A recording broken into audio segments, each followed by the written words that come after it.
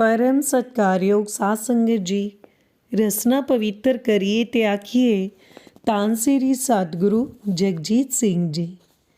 ਧੰਨ ਸ੍ਰੀ सतगुरु उदय सिंह जी। साध संगत जी, साखी का सिरलेख है नेत्र प्रगास कीता गुरदेव। सतगुरु जगजीत सिंह जी दे सिख किन्ने वड्डे भागा वाले हैं जिन्हां नूं इन्ना वड्डा समर्थ गुरु मिलिया है। सतगुरु जी की महिमा का कोई अंत ही नहीं। ਇਹ ਉਹ ਹੀ ਹਨ ਜਿਨ੍ਹਾਂ ਦੇ ਬਾਰੇ ਗੁਰਬਾਣੀ ਵਿੱਚ ਲਿਖਿਆ ਹੈ, ਨੇਤ ਨੇਤ ਬਨ ਤ੍ਰਿਣ ਕਹਤ। ਉਹ ਕਿੰਨੇ ਕੁ ਸਮਰੱਥ ਹਨ, ਇਹ ਤੇ ਅੱਜ ਤੱਕ ਸ਼ੇਸ਼ਨਾਗ ਜਿਹਦੀਆਂ 1000 ਜੀਭਾਂ ਹਨ ਅਤੇ ਜਿਹੜਾ ਦਿਨ ਰਾਤ ਨਵੇਂ ਤੋਂ ਨਵਾਂ ਹੀ ਨਾਮ ਲੈਂਦਾ ਹੈ, ਉਹ ਵੀ ਨਹੀਂ ਦੱਸ ਸਕਿਆ ਫਿਰ ਹੋਰ ਕੋਈ ਉਸ ਤ੍ਰਿਭਵਨ ਮਹੀਪ ਦਾ ਕਿਸ ਤਰ੍ਹਾਂ ਅੰਤ ਪਾ ਸਕਦਾ ਹੈ। फिर भी करम नाम बरनत सुमत दे अनुसार समुंदर विचों एक बूंद मात्र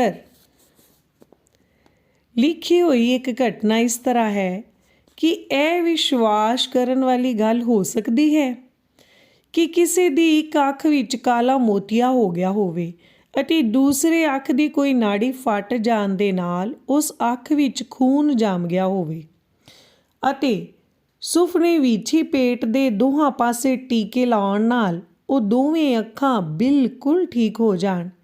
ਇੰਨਾ ਹੀ ਨਹੀਂ, ਸਗੋਂ ਪਹਿਲਾਂ ਲੱਗੀ ਨੰਬਰ ਵਾਲੀ ਐਨਕ ਵੀ ਲੱਥ ਜਾਵੇ। ਇਹ ਇੱਕ ਅਸੰਭਵ ਜਿਹੀ ਗੱਲ ਹੈ। ਇਹ ਅਸੰਭਵ ਨੂੰ ਸੰਭਵ ਬਣਾਉਣਾ ਉਸ ਸਤਿਗੁਰ ਦੇ ਹੱਥ ਹੈ। ਦਿੱਲੀ ਦੇ ਇੱਕ ਬੀਬੀ ਸੁਰਜੀਤ ਕੌਰ ਜੀ ਹਨ। ਉਹਨਾਂ ਦੀਆਂ ਅੱਖਾਂ ਵਿੱਚੋਂ ਪਾਣੀ ਵਗਣ ਲੱਗ ਪਿਆ। ਉਸ ਤੋਂ ਕੁਝ ਦਿਨਾਂ ਬਾਅਦ ਉਸੇ ਹਾਲਤ ਵਿੱਚ ਉਹ ਸਰਸੇ ਆਪਣੇ ਭਰਾ ਦੇ ਘਰ ਚਲੇ ਗਏ। ਉੱਥੇ ਜਾ ਕੇ ਉਹਨਾਂ ਨੇ ਅੱਖਾਂ ਦੇ ਡਾਕਟਰ ਨੂੰ ਵਿਖਾਇਆ।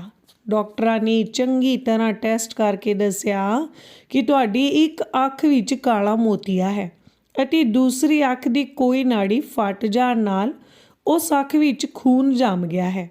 ਮੈਂ ਤੁਹਾਨੂੰ ਦਿੱਲੀ ਦੇ ਗੁਰੂ ਨਾਨਕ ਆਈ ਹਸਪਤਾਲ ਦੇ ਡਾਕਟਰ ਵੱਲ ਇੱਕ ਚਿੱਠੀ ਲਿਖ ਕੇ ਦਿੰਦਾ ਹਾਂ।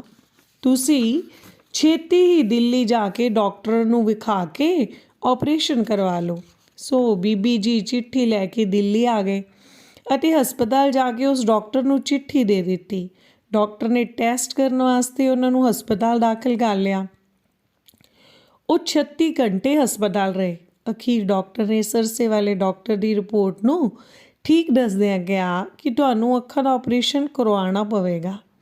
ਡਾਕਟਰ ਦੇ ਕਹੇ ਅਨੁਸਾਰ ਉਹ ਕੁਝ ਦਿਨਾਂ ਬਾਅਦ ਹਸਪਤਾਲ ਜਾ ਕੇ ਵਿਖਾਉਂਦੇ ਰਹੇ ਅਤੇ ਇਸੇ ਤਰ੍ਹਾਂ ਹਸਪਤਾਲ ਦੇ ਚੱਕਰ ਕੱਟਦਿਆਂ ਬਹੁਤ ਸਾਰਾ ਸਮਾਂ ਬੀਤ ਗਿਆ।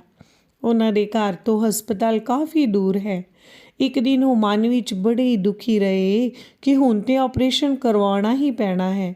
ਪਤਾ ਨਹੀਂ ਕੀ ਬਣੇਗਾ, ਅੱਖਾਂ ਠੀਕ ਨਾ ਹੋਈਆਂ ਤਾਂ ਮੈਂ ਕੀ ਕਰਾਂਗੀ। ਇਹ ਕੁਝ ਸੋਚ ਕੇ ਉਹਨਾਂ ਨੇ ਆਪਣੇ ਸਤਿਗੁਰਾਂ ਦੇ ਚਰਨਾਂ ਵਿੱਚ ਮਨ ਹੀ ਮਨ ਵਿੱਚ ਅਰਦਾਸ ਕੀਤੀ, ਹੇ ਸੱਚੇ ਪਾਤਸ਼ਾਹ ਜੀ, ਕਿਰਪਾ ਕਰਕੇ ਜਾਂ ਤਾਂ ਮੇਰੀਆਂ ਅੱਖਾਂ ਠੀਕ ਕਰ ਦਿਓ ਅਤੇ ਜਾਂ ਫਿਰ ਮੈਨੂੰ ਦੁਨੀਆ ਤੋਂ ਲੈ ਜਾਓ। ਅੱਖਾਂ ਤੋਂ ਬਿਨਾਂ ਮੈਂ ਜਿਉਣਾ ਨਹੀਂ ਚਾਹੁੰਦੀ। ਇੰਨਾ ਹੀ ਵਿਚਾਰਾਂ ਵਿੱਚ ਉਹ ਰਾਤ ਨੂੰ ਸੌਂ ਗਏ। ਉਹਨਾਂ ਦੀ ਇਹ ਅਰਦਾਸ ਸਾਧੂ ਸੱਚੇ ਪਾਤਸ਼ਾਹ ਸਤਿਗੁਰੂ ਜਗਜੀਤ ਸਿੰਘ ਜੀ ਦੀਨ ਅਤੇ ਦੁਨੀਆ ਦੇ ਮਾਲਕ ਦੇ ਚਰਨਾਂ ਵਿੱਚ ਮਨਜ਼ੂਰ ਹੋ ਗਈ। ਬਸ ਫਿਰ ਕੀ ਸੀ।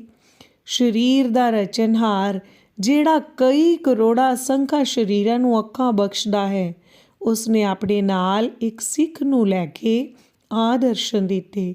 ਹੁਕਮ ਹੋਇਆ, ਬੀਬੀ ਉੱਠ, ਤੇਰੀ ਅੱਖ ਦਾ ਆਪਰੇਸ਼ਨ ਕਰੀਏ। ਬੀਬੀ ਜੀ ਉੱਠ ਕੇ ਬੈਠ ਗਏ ਅਤੇ ਫਿਰ ਖੜੇ ਹੋਏ ਸਿੱਖ ਨੇ ਬੀਬੀ ਜੀ ਦੀ ਸੱਜੀ ਵੱਖੀ ਵਿੱਚ ਟੀਕਾ ਲਗਾ ਦਿੱਤਾ। ਬੀਬੀ ਜੀ ਨੇ ਪੀੜ ਮਹਿਸੂਸ ਕੀਤੀ ਅਤੇ ਆਪਣੇ ਹੱਥ ਨਾਲ ਉਸ ਥਾਂ ਨੂੰ ਮਲਣ ਲੱਗ ਪਏ। ਐਨੇ ਨੂੰ ਉਹਨਾਂ ਦੀ ਨੀਂਦਰ ਖੁੱਲ੍ਹ ਗਈ। ਉਹ ਕੀ ਵੇਖਦੇ ਹਨ ਕਿ ਨਾ ਉੱਥੇ ਸਤਿਗੁਰੂ ਜੀ ਹਨ ਅਤੇ ਨਾ ਹੀ ਸਿੱਖ ਹੈ, ਪਰ ਪੀੜ ਉਹਨਾਂ ਨੂੰ ਹੋ ਰਹੀ ਸੀ ਅਤੇ ਉਹ ਹੱਥ ਨਾਲ ਉਸ ਜਗ੍ਹਾ ਨੂੰ ਮਲ ਰਹੇ ਸਨ। ਬੜੇ ਹੈਰਾਨ ਹੋਏ ਕਿ ਸੱਚੇ ਪਾਤਸ਼ਾਹ ਜੀ ਅਤੇ ਉਹ ਸਿੱਖ ਜਿਹੜੇ ਅਜੇ ਹੁਣੇ ਇੱਥੇ ਸਨ, ਉਹ ਹੁਣ ਕਿੱਥੇ ਚਲੇ ਗਏ ਹਨ। ਖੈਰ, ਉਹ ਫਿਰ ਬਿਸਤਰੇ 'ਤੇ ਹੀ ਲੇਟ ਗਏ ਅਤੇ ਸੌਂ ਗਏ। ਕੋਈ ਘੰਟਾ ਕੁ ਲੰਘਿਆ ਤਾਂ ਫਿਰ ਉਸੇ ਤਰ੍ਹਾਂ ਸਤਿਗੁਰੂ ਜੀ ਨੇ ਆਪਣੇ ਸਿੱਖ ਨਾਲ ਆ ਕੇ ਦਰਸ਼ਨ ਦਿੱਤੇ। ਫਿਰ ਹੁਕਮ ਹੋਇਆ ਕਿ ਬੀਬੀ ਉੱਠ, ਤੇਰੀ ਦੂਸਰੀ ਅੱਖ ਦਾ ਆਪਰੇਸ਼ਨ ਕਰਨਾ ਹੈ। ਉਹ ਬੀਬੀ ਜੀ ਫਿਰ ਉੱਠ ਕੇ ਖੜੇ ਹੋ ਗਏ ਅਤੇ ਉਸ ਸਿੱਖ ਨੇ ਐਤਕੀ ਖੱਬੀ ਵੱਖੀ ਵਿੱਚ ਟੀਕਾ ਲਗਾ ਦਿੱਤਾ। ਇਹ ਜਾਦੂਈ ਟੀਕਾ ਕੱਪੜਿਆਂ ਦੇ ਉੱਤੇ ਹੀ ਲੱਗਦਾ ਸੀ। ਬੀਬੀ ਜੀ ਨੂੰ ਪੀੜ ਹੋਈ ਅਤੇ ਉਹ ਫਿਰ ਉਸੇ ਤਰ੍ਹਾਂ ਹੱਥ ਨਾਲ ਉਸ ਥਾਂ ਨੂੰ ਮਲਣ ਲੱਗ ਪਏ। ਐਨੇ ਨੂੰ ਉਹਨਾਂ ਦੀ ਨੀਂਦਰ ਖੁੱਲ੍ਹੀ ਤਾਂ ਨਾ ਉੱਥੇ ਸਤਿਗੁਰ ਜੀ ਸਨ, ਨਾ ਹੀ ਸਿੱਖ ਸੀ, ਪਰ ਪੀੜ ਉਹਨਾਂ ਨੂੰ ਉਸੇ ਤਰ੍ਹਾਂ ਹੋ ਰਹੀ ਸੀ। ਉਹ ਹੈਰਾਨ ਹੋ ਰਹੇ ਸਨ ਕਿ ਇਹ ਕੀ ਕੌਤਕ ਹੈ। ਇਹ ਕੁਝ ਸੋਚਦੇ ਉਹ ਸੋ ਗਏ। ਦਿਨ ਚੜ੍ਹਨ 'ਤੇ ਉਹਨਾਂ ਨੇ ਆਪਣੇ ਪਰਿਵਾਰ ਵਿੱਚ ਇਹ ਰਾਤ ਵਾਲੀ ਘਟਨਾ ਸੁਣਾਈ।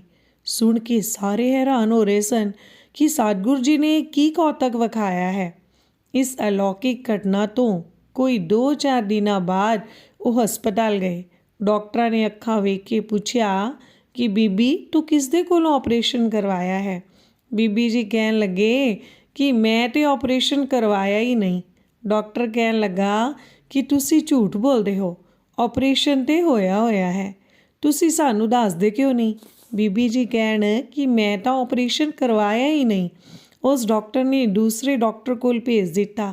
ਦੂਸਰੇ ਨੇ ਵੀ ਇਸੇ ਤਰ੍ਹਾਂ ਆਖਿਆ ਕਿ ਅੱਖਾਂ ਦਾ ਆਪਰੇਸ਼ਨ ਹੋ ਚੁੱਕਾ ਹੈ, ਤੁਸੀਂ ਝੂਠ ਬੋਲਦੇ ਹੋ। ਬੀਬੀ ਜੀ ਬੜੇ ਔਖੇ ਹੋਏ ਕਿ ਮੈਨੂੰ ਸੱਚੀ ਨੂੰ ਝੂਠੀ ਕਹੀ ਜਾਂਦੇ ਹਨ। ਉਹਨਾਂ ਨੂੰ ਅਜੇ ਤੱਕ ਸਮਝ ਨਹੀਂ ਸੀ ਆ ਰਹੀ ਕਿ ਉਹ ਕੌਤਕ ਹਾਰ ਜਿਹੜਾ ਗੂੰਗੇ ਦੇ ਸਿਰ 'ਤੇ ਛੜੀ ਰੱਖ ਕੇ ਗੀਤਾ ਦਾ ਅਰਥ ਕਰਵਾ ਸਕਦਾ ਹੈ ਅਤੇ ਕਿਸੇ ਕੋੜੀ ਦੇ ਸਰੀਰ 'ਤੇ ਆਪਣੇ ਸਿੱਖ ਕੋਲੋਂ ਥੁੱਕਾ ਸੁਟਵਾ ਕੇ ਕੋੜ ਦਾ ਇਲਾਜ ਕਰ ਸਕਦਾ ਹੈ, ਉਹਨੇ ਆਪਣੇ ਸਿੱਖ ਕੋਲੋਂ 2 ਸੂਈਆਂ ਲਗਵਾ ਕੇ 2 ਅੱਖਾਂ ਦਾ ਆਪਰੇਸ਼ਨ ਕਰ ਦਿੱਤਾ ਹੈ। ਪਰ ਉਹ ਵਿਚਾਰੇ ਵੀ ਕੀ ਸਮਝਦੇ, ਕਿਉਂਕਿ ਆਪਣਾ ਆਪਰੇਸ਼ਨ ਕਰਵਾਉਣ ਲਈ ਤੇ ਉਹ ਅਲੌਕਿਕ ਸ਼ਕਤੀਆਂ ਦਾ ਮਾਲਕ ਕਿੰਨੀ ਦੂਰ ਆਸਟ੍ਰੇਲੀਆ ਵਿੱਚ ਪਹੁੰਚਿਆ ਸੀ। ਹੁਣ ਦੂਸਰੇ ਡਾਕਟਰ ਨੇ ਵੀ ਉਹਨਾਂ ਨੂੰ ਝੂਠੀ ਸਮਝ ਕੇ ਤੀਸਰੇ ਡਾਕਟਰ ਕੋਲ ਭੇਜ ਦਿੱਤਾ। ਉਸ ਨੇ ਵੀ ਇਹੀ ਰਿਪੋਰਟ ਦਿੱਤੀ ਕਿ ਅੱਖਾਂ ਦਾ ਆਪਰੇਸ਼ਨ ਹੋ ਗਿਆ ਹੋਇਆ ਹੈ। ਬੀਬੀ ਜੀ ਕਹਿਣ ਕਿ ਅਜੇ ਕੁਝ ਦਿਨ ਪਹਿਲਾਂ ਮੈਂ ਤੁਹਾਡੇ ਕੋਲ ਹੋ ਕੇ ਗਈ ਹਾਂ, ਇੰਨੇ ਕੁ ਦਿਨਾਂ ਵਿੱਚ ਮੈਂ ਕਿਸ ਤਰ੍ਹਾਂ ਆਪਰੇਸ਼ਨ ਕਰਵਾ ਲਿਆ ਅਤੇ ਹੁਣ ਫਿਰ ਇੱਥੇ ਵੀ ਆ ਗਈ। ਫਿਰ ਇੱਕਦਮ ਉਹਨਾਂ ਨੂੰ ਸੱਚੇ ਪਾਤਸ਼ਾਹ ਜੀ ਦੀ ਕਿਰਪਾ ਨਾਲ ਸੁਫਨੇ ਵਾਲੀ ਘਟਨਾ ਯਾਦ ਆ ਗਈ। ਉਹਨਾਂ ਦੇ ਮੂੰਹੋਂ ਇੱਕਦਮ ਨਿਕਲਿਆ, ਮੇਰਾ ਬੈਦ ਗੁਰੂ ਗੋਵਿੰਦਾ। ਉਹਨਾਂ ਨੂੰ ਹੁਣ ਸਮਝ ਆ ਗਈ ਕਿ ਹਰ ਹਰ ਨਾਮ ਔਖਦ ਮੁਖ ਦੇਵੈ, ਕਾਟੈ ਜਮ ਕੀ ਫੰਦਾ। ਵਾਲੇ ਸਤਿਗੁਰ ਨੇ ਮੇਰਾ ਇੰਨਾ ਵੱਡਾ ਕਸ਼ਟ ਸੁਪਨੇ ਵਿੱਚ ਹੀ ਕੱਟ ਦਿੱਤਾ ਹੈ। ਉਹਨਾਂ ਦੀਆਂ ਅੱਖਾਂ ਵਿੱਚ ਪਾਣੀ ਆ ਗਿਆ। ਡਾਕਟਰ ਨੇ ਉਹਨਾਂ ਨੂੰ ਉਹ ਦਵਾਈਆਂ ਲਿਖ ਕੇ ਦਿੱਤੀਆਂ ਜਿਹੜੀਆਂ ਆਪਰੇਸ਼ਨ ਹੋਣ ਤੋਂ ਬਾਅਦ ਵਰਤੀਆਂ ਜਾਂਦੀਆਂ ਹਨ। ਘਰ ਆ ਕੇ ਜਦੋਂ ਪਾਠ ਕਰਨ ਲੱਗੇ ਤਾਂ ਉਹ ਬੜੇ ਹੈਰਾਨ ਹੋਏ ਕਿ ਜਿਹੜੇ ਪਹਿਲਾਂ ਐਨਕ ਲਗਾ ਕੇ ਪਾਠ ਕਰਦੇ ਸਨ, ਉਹਨਾਂ ਨੂੰ ਐਨਕ ਲਗਾਉਣ ਦੀ ਵੀ ਲੋੜ ਨਹੀਂ ਸੀ ਰਹੀ। ਹੁਣ ਉਹ ਬਗੈਰ ਐਨਕ ਤੋਂ ਪਾਠ ਕਰਦੇ ਹਨ ਅਤੇ ਸਤਿਗੁਰੂ ਜਗਜੀਤ ਸਿੰਘ ਜੀ ਦੇ ਜ਼ਾਹਰੀ ਕਰਾਮਾਤ ਵਿਖਾਉਣ ਦੇ ਗੁਣ ਗਾਉਂਦੇ ਹਨ। ਸਾਰੇ ਹੀ ਆਖ ਲਈਏ, ਧੰਨ ਸ੍ਰੀ ਸਤਿਗੁਰੂ ਜਗਜੀਤ ਸਿੰਘ ਜੀ।